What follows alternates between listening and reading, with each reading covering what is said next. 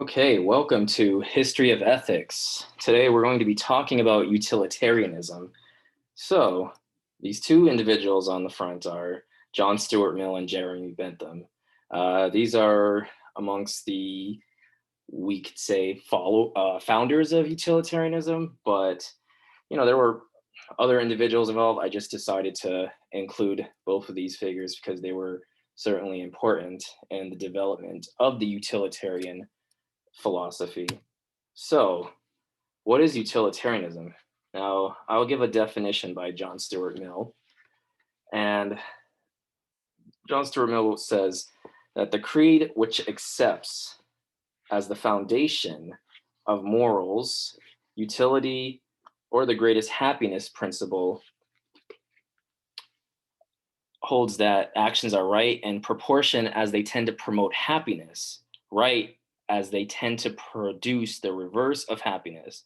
So this is his book on liberty and utilitarianism. And in this book, he attempted to reconcile individual rights and liberty with the utilitarian philosophy.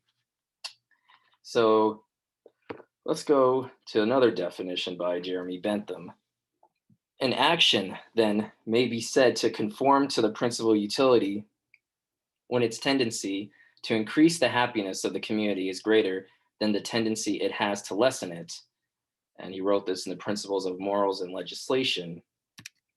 So, how do we determine what is right and wrong according to utilitarianism? So, utilitarianism, sorry, is a morality that is based on its consequences. So the moral worth of action depends on its consequences. Another word is like it's a cost and benefit sort of way of determining right and wrong. And what we do is we judge the morality of an action based on the consequences.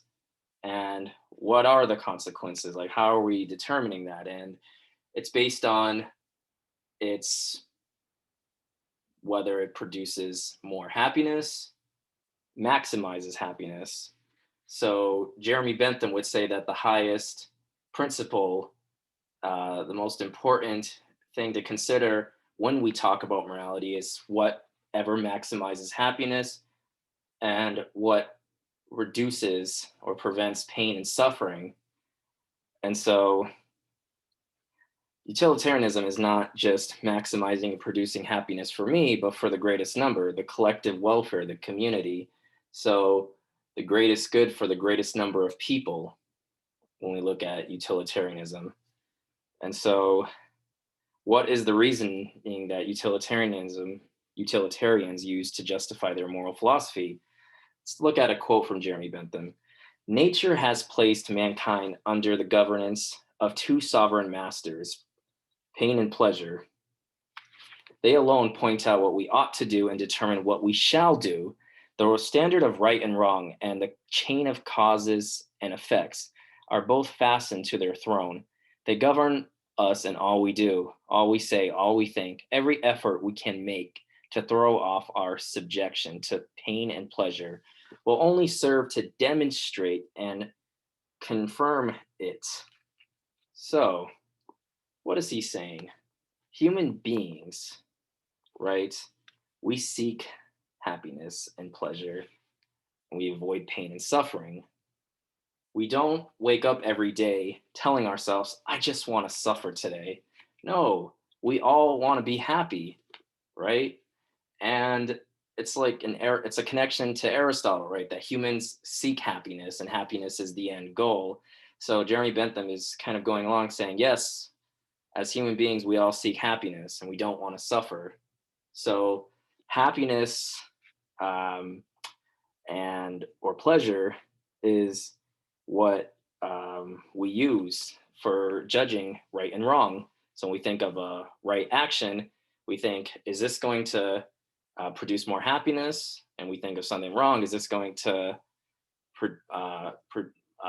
lessen the suffering and pain involved in that action? So the right thing to do is to maximize utility. So maximize pleasure over pain. So, utilitarians, there's different forms of utilitarianism, just like there's different forms of any sort of ethical theory we take a look at. One is act utilitarianism. So, the moral worth of an action is determined by its effects or consequences. The rightness of an action depends on whether it maximizes happiness for the greatest number of people. So, going to back to John Stuart Mill and Jeremy Bentham, we judge the moral worth of an action based on its consequences, and the consequences has to maximize more happiness over pain and suffering. And so there's another form called rule utilitarianism. The moral worth of an action is not based solely on its consequences, but also if the actions adhere to rules that are followed by all people within the community. So it's not just, is this going to produce more happiness or pain? It's, let's adopt a rule too that we all should agree on, like don't kill or don't steal. Sorry, that was my dog if you heard that.